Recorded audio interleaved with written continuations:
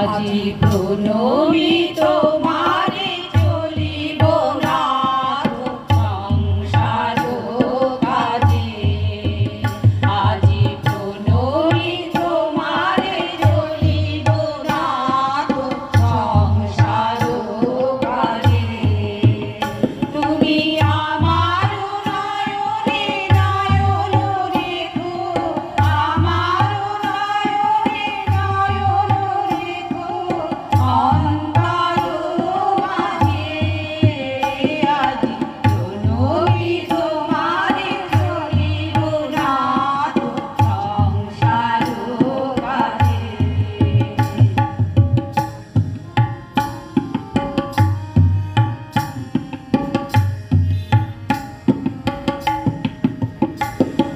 হৃদয় দেবতা রয়েছ প্রাণে, মন যেন তাহারি অত জানে। হৃদয় দেবতা রয়েছ প্রাণে, মন যেন তাহারি অত জানে। পাপের চিন্তা করে যেন দহি দুঃসহ লাগে। আজি প্রণমী তোমারে চলিব নাথ সংসার কাজে।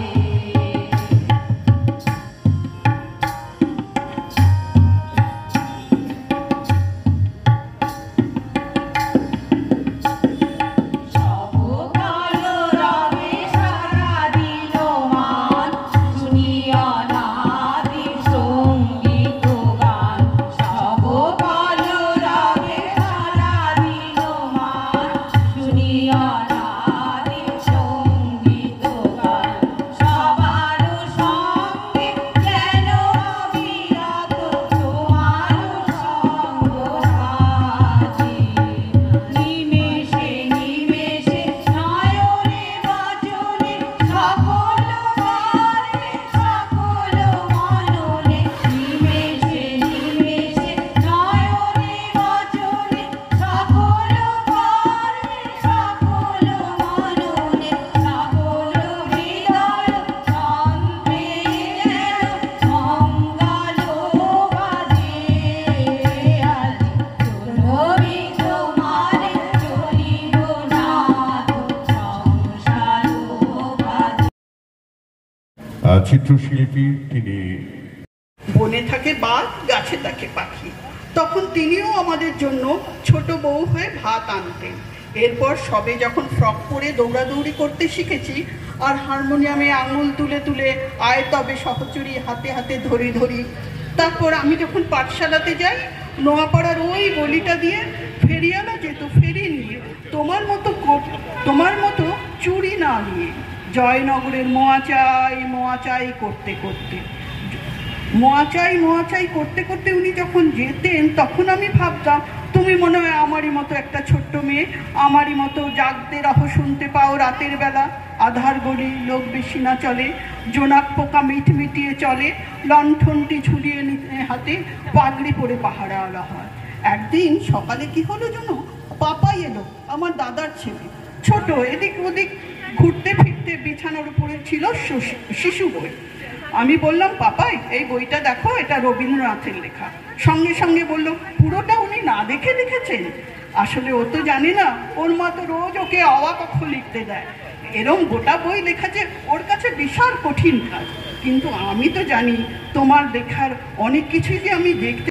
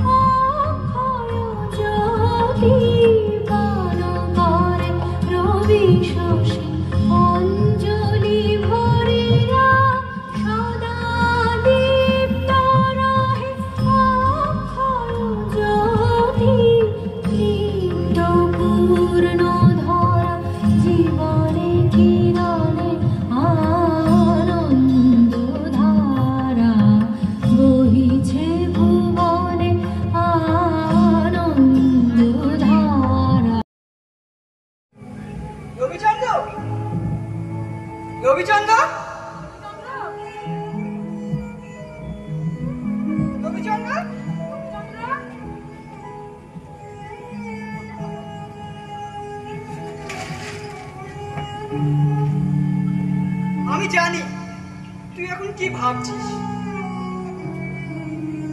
সবকিছু ঠিক হয়ে যাবে।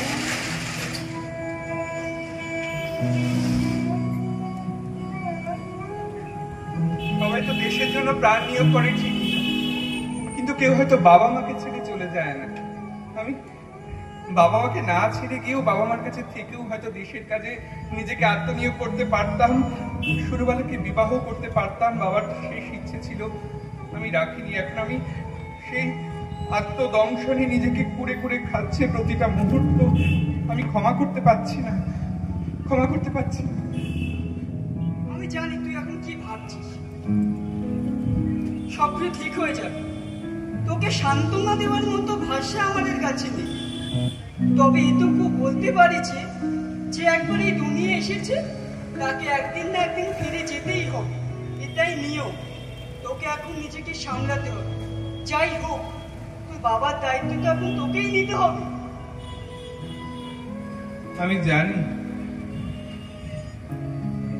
আমি জানি আমার বাবার শেষ ইচ্ছে ছিল সুরবালাকে আমি বিবাহ করি, কিন্তু সুরবালা আমার কোনো খোঁজই নেয় না। আমি কোথায় আছি, কি করছি। তোরা জানিস সুরবালা কোথায় আছে? জানিস সুরবালা কি করছে এখন? এটাই তো আমাদের মানুষের সব থেকে বড় দোষ। যখন আমাদের কাছের মানুষ কাছে থাকে তখন তার আসল গুরুত্বটা আমরা অনুভব করতে পারি। যখন আমাদের থেকে অনেক দূরে চলে যায় তখন তার আসল গুরুত্বটা আমরা অনুভব করতে পারি। তখন আমাদের অনুশোচনা করা ছাড়া আর কোনো উপায় থাকে না রে। তুই যে এত কষ্ট পাচ্ছিস, তো বাবা কিন্তু ঠিক কোথাও না কোথাও থেকে দেখছে, দেখে তিনি শান্তি পাচ্ছে। নিজেকে সামলালে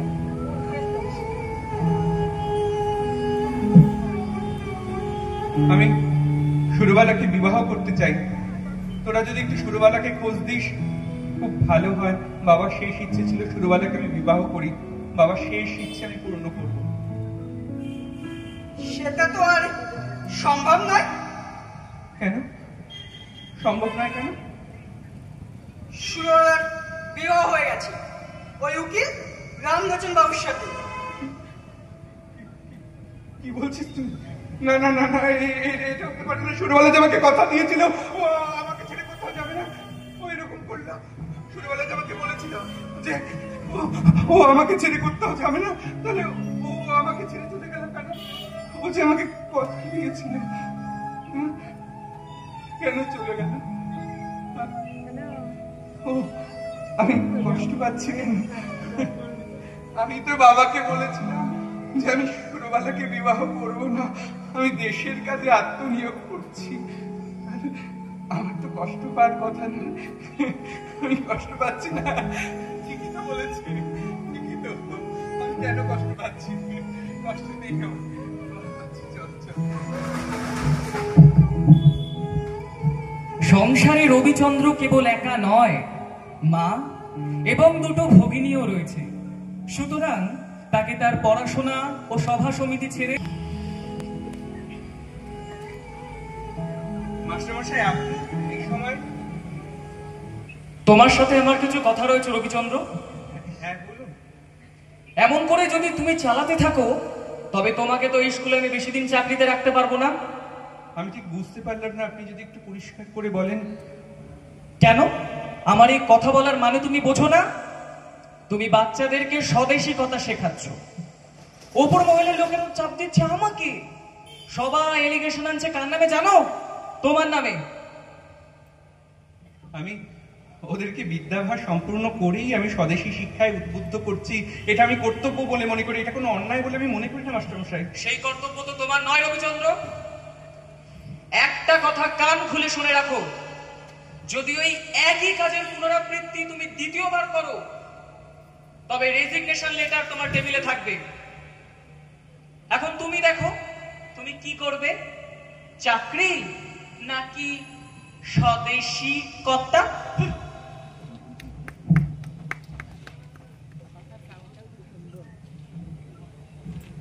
একটা কথা এত সময় উল্লেখ করাই হয়নি, এখানকার সব দেখতে আমি পাইনি তোমায়, দেখতে আমি পাইনি।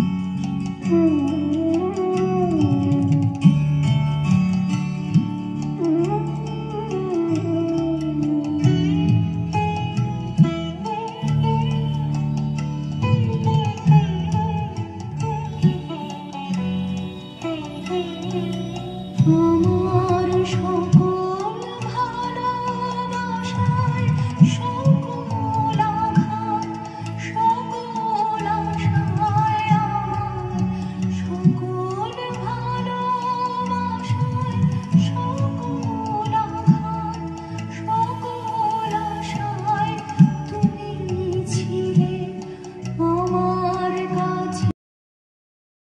তাই সে সুরবালার দেওয়া ডায়েরিটা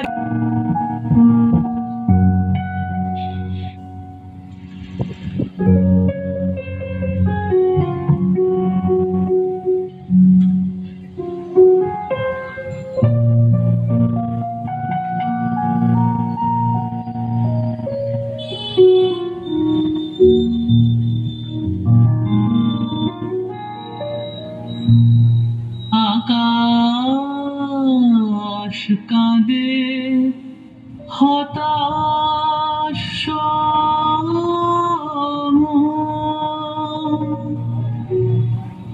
নাই যে ঘুম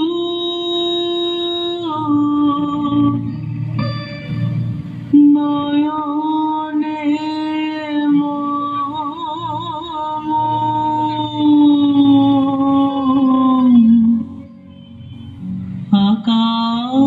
আকাশ কাঁদে হতাশ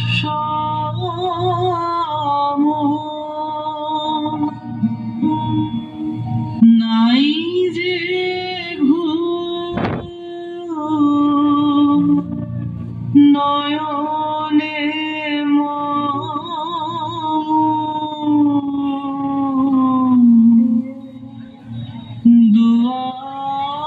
দুয়ার খুলে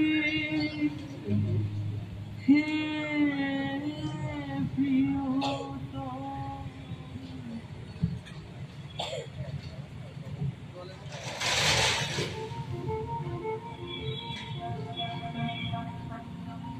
Thank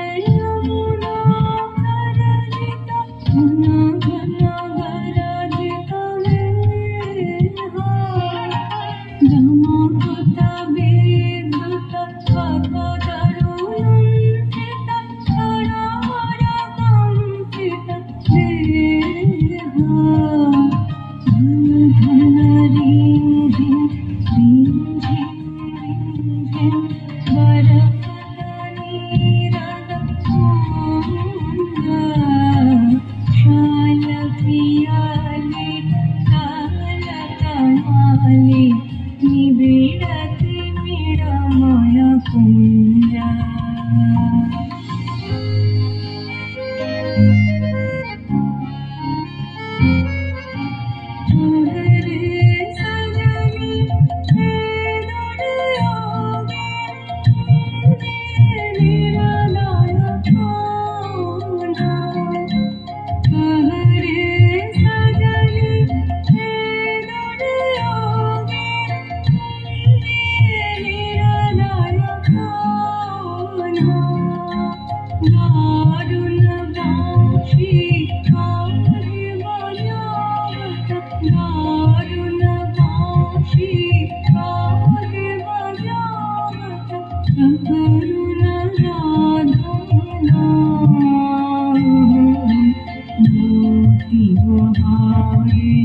वेश बना दे शीख लगा दे भाले पूरा विलुंठित रोरचि पुरमा बाधा चंपा माले।